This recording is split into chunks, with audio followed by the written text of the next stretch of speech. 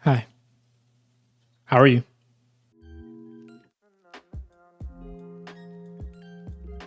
Are you somebody who's trying to figure out why DC is doing two Batman at the same time? Do you want to know what exactly is going to set them apart from each other? Then come aboard the Bat Train and join me as I dive into the differences between the DCU and the Reevesverse Batman and why it's all going to be okay. Batman is arguably one of the most iconic, most recognizable superheroes out there, with a rich history spanning over 8 decades, from comic books to animated series, from Adam West to Robert Pattinson. We've seen the Caped Crusader evolve and adapt to different storytelling mediums, but in the coming years, we're going to witness a peculiar phenomenon: the coexistence of two Batman film sagas on the big screen at the same time. The very thought of this could set average moviegoers into a whirlwind, but I'm actually here to tell you that it's going to be okay. So take my hand as I walk you through why these two Batman will be distinctly different from each other. The DC Extended Universe first began in 2013 with Man of Steel, coming to a conclusion 10 years later with 2023's Aquaman: The Lost Kingdom. And with that conclusion, we are now living in a new DC universe, or DCU, and this universe is led by James Gunn and Peter Safran. The universe promises to tell a 10-year story, giving us a lived-in, rich world with films like Superman, Swamp Thing, The Authority, and you guessed it, Batman Brave and the Bold, directed by Andy Muschietti. Gunn also dubbed a different section of DC Studios as Elseworlds, reserved for standalone auteur films like Joker and Matt Reeves' Batman universe. So right off the bat, we're given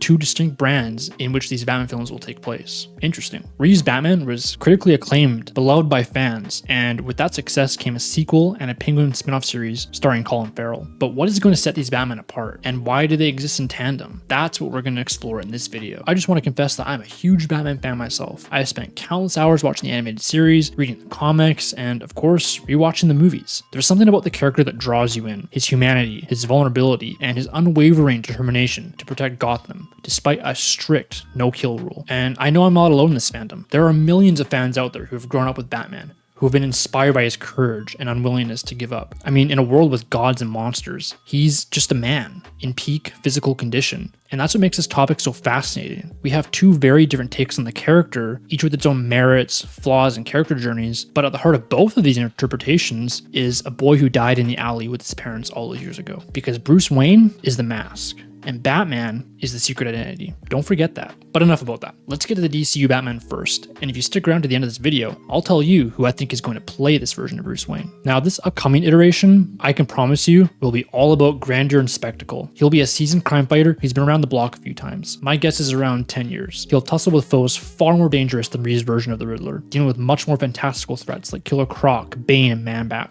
This world is not going to be afraid to give you comic book juice. I mean, this is James Gunn we're talking about here. This Batman, like most, may not be much of a team player, but this will be part of his arc, as he will work alongside other heroes to save the world, and he will also have an established Bat family. He'll probably have a dry sense of humor, but beneath that tough exterior will lie a complex individual haunted by his past. Now, the DCU Batman is confirmed to be learning the ropes of fatherhood, and will likely be given this 10-year-old boy named Damian Wayne, who was raised by assassins. And Bruce will have to come to grips with this. I think at this stage in Bruce's career, his Bat family will be well established. Dick Grayson will be out on his own as Nightwing, and for a very interesting dynamic between him and his son, I think that Jason Todd is already killed by the Joker.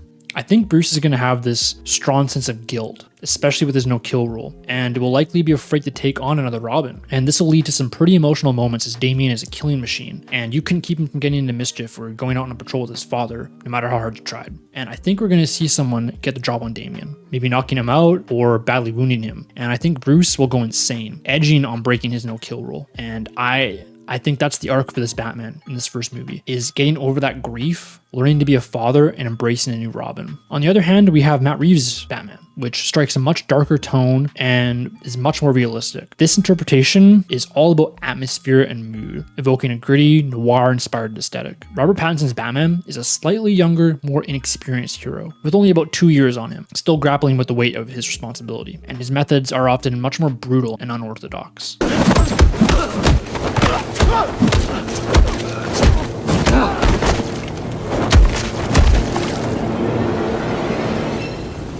I'm vengeance.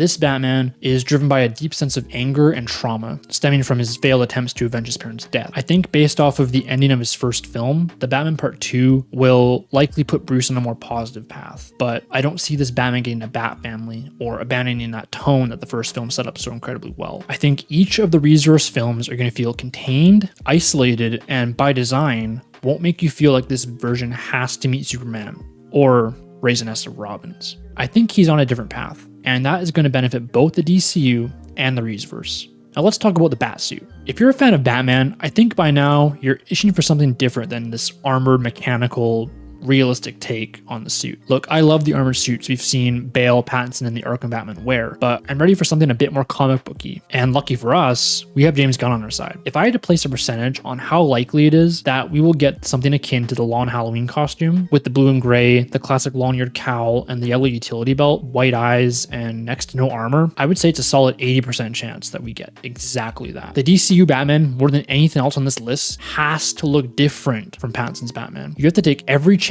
you have to say this is not the same Batman. And I think a suit like that does that in spades. A more iconic traditional costume complete with a bright yellow utility belt and an iconically classic bat symbol on his chest. It would just be chef's kiss. In contrast, the Reevesverse Batman sports a much more streamlined, functional outfit with a smaller, more muted bat symbol that blends into the armored suit. I am a fan of both suits, by the way, but I think we need to get this DCU Batman looking straight out of the comics. These differences in design reflect the vastly different tones of the two franchises. The DCU is all about big, bombastic action sequences and sprawling epic storylines, whereas the Reevesverse is more intimate, focusing on character development and psychological nuance and darker atmospheric tones. One of the most intriguing aspects of these two Batmen is also going to be their different takes on the Batcave. I think the DCU Batcave should be a vast, high-tech lair filled with gadgets and tech and should be riddled with Easter eggs, Batsuits, and lore. Pattinson's Batcave, on the other hand, is something we have seen, and it's a much more grungy, makeshift affair, which, again, completely works as the tone and setting of the Reevesverse. The Reevesverse was also able to give a hauntingly beautiful musical score by Michael Giacchino, and I think when we're looking at the DCU Batman, they will likely go for something more epic, akin to the Zimmer or Elfman soundtracks. Oh, and of course, one last thing. Who is going to play Batman in the DCU? Well, I think we're looking for an actor late 30s, early 40s, or someone who can at least pull that off. It has to be someone who can play that father role perfectly, someone who can play emotion under the cowl, especially for getting the white eyes. And I have 3 picks for who could and very likely will get this role, unless of course James hires an unknown, sort of like what he did with Superman. But anyways, I think you're looking at Jensen Ackles, Alan Ritchson, or my favorite pick, Jake Gyllenhaal. And with all the Hal Jordan rumors swirling around, Josh Brolin could be put on the list as well, since he is already on their radar. So which Batman do you prefer? Do you like the grand epic scope of the DCU, or the gritty, realistic take of the Reevesverse? Let me know in the comments below. Now, as we wrap up this video, I want to thank you all for watching. If you like this video, be sure to like and subscribe for more content on Batman, superheroes, and pop culture. And finally, check out our other video on the Reevesverse, and where I think they're going with the sequel. And with that, I'll catch you all on the flippity flip.